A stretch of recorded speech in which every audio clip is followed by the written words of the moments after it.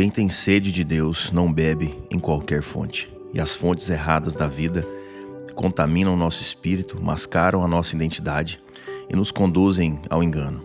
Jesus disse que se bebêssemos a água que vem dele, fluiria dentro de nós uma fonte para a vida eterna. E na mensagem de hoje você vai descobrir qual é a verdadeira sede que temos que ter de Deus, o que fazer com essa água da vida eterna e como manter ela pura. E desperta, eu sou Rodolfo Camilo aqui com mais uma mensagem do Reino de Deus para você que decidiu despertar. Eu quero falar com você hoje sobre as águas da vida eterna. As águas da vida eterna. João capítulo 7, verso 37 ao 39 diz: No último dia, o grande dia da festa, Jesus se levantou e disse em voz alta: Se alguém tem sede, venha a mim e beba. Quem crer em mim, como diz a Escritura, do seu interior fluirão rios de água viva. Isso ele disse a respeito do Espírito que os que nele crescem haviam de receber, pois o Espírito até aquele momento não tinha sido dado, porque Jesus ainda não havia sido glorificado. E a primeira chave que eu quero deixar no seu coração hoje é: a sede de Deus é um convite à fé prática. A sede de Deus é um convite à fé prática.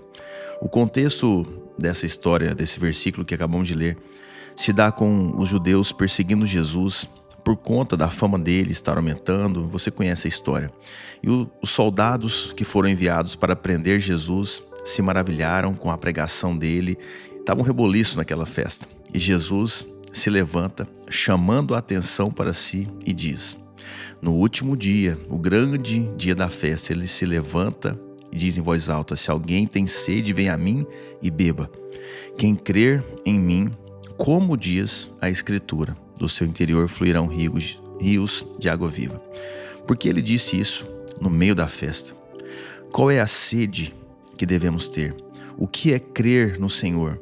São perguntas que devemos fazer para entender o que de fato ele queria falar.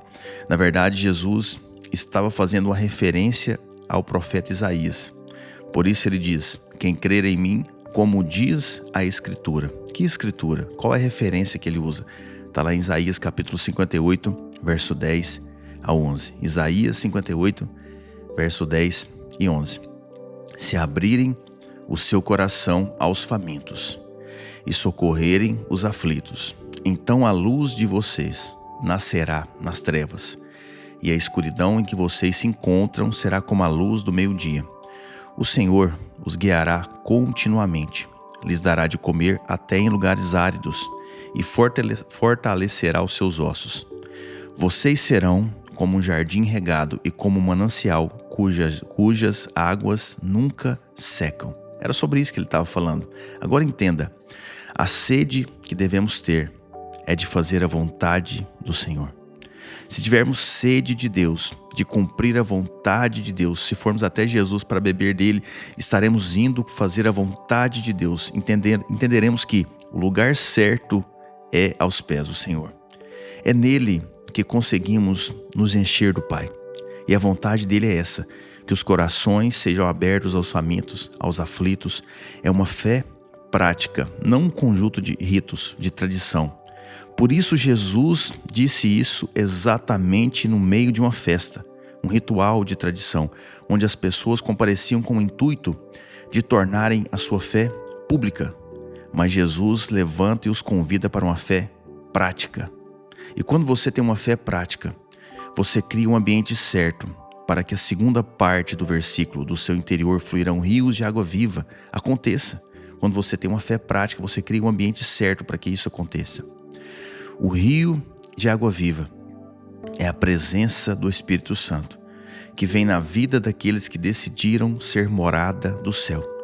O fluir dos rios é algo que inunda toda a sua vida, que nutre, que rega e que limpa tudo à sua volta. É isso que eu e você precisamos buscar hoje, amanhã e sempre. Ver como está esse rio dentro de nós. Se ele está de fato ali, ou é só mais uma mina que está secando, ou então é uma pequena represa, porque a sede de Deus nos convida a uma fé prática. E aí entramos na segunda chave: deixe o rio correr. Falamos sempre isso aqui, mas deixe o rio correr. Eu gosto de dizer que o Evangelho é um convite de mergulho em águas que não podem ser represadas. Quando você entende que o que está sendo derramado em você não é só para você, você entendeu o que é deixar Deus no controle. Represar é estar no controle, enquanto o rio segue o seu próprio curso.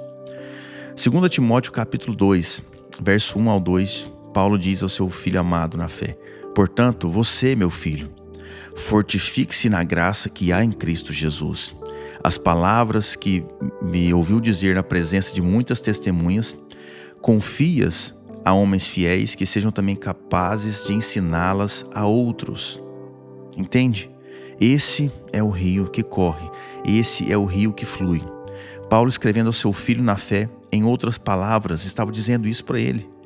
É como se ele estivesse falando: para você se manter firme, para você se fortalecer na graça, na fé, você precisa fazer o rio correr.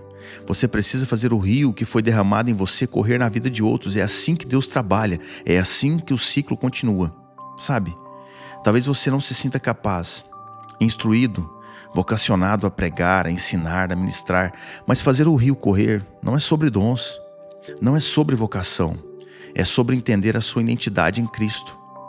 Para você se fortalecer na graça, na fé, você precisa transmitir Cristo para as outras pessoas. Esse é o ciclo. E você pode fazer isso de infinitas formas. Você pode escutar alguém que está precisando ser ouvido.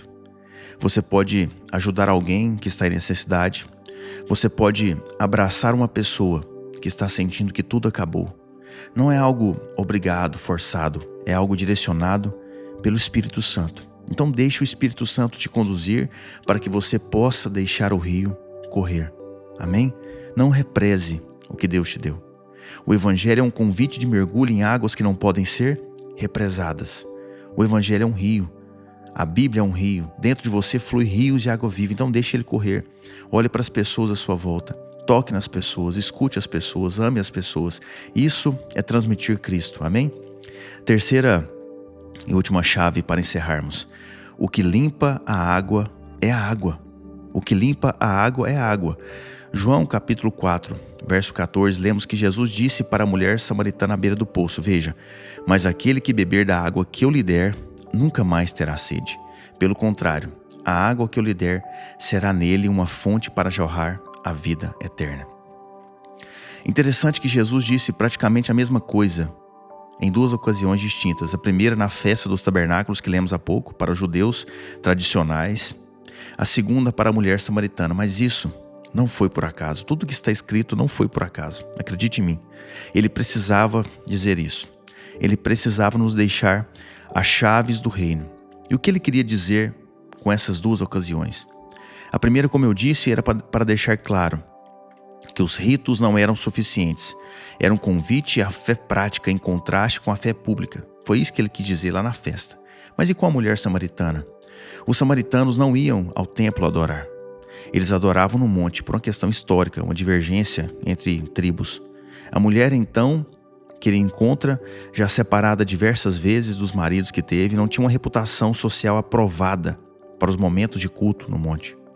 Ela já estava condenada por suas próprias práticas.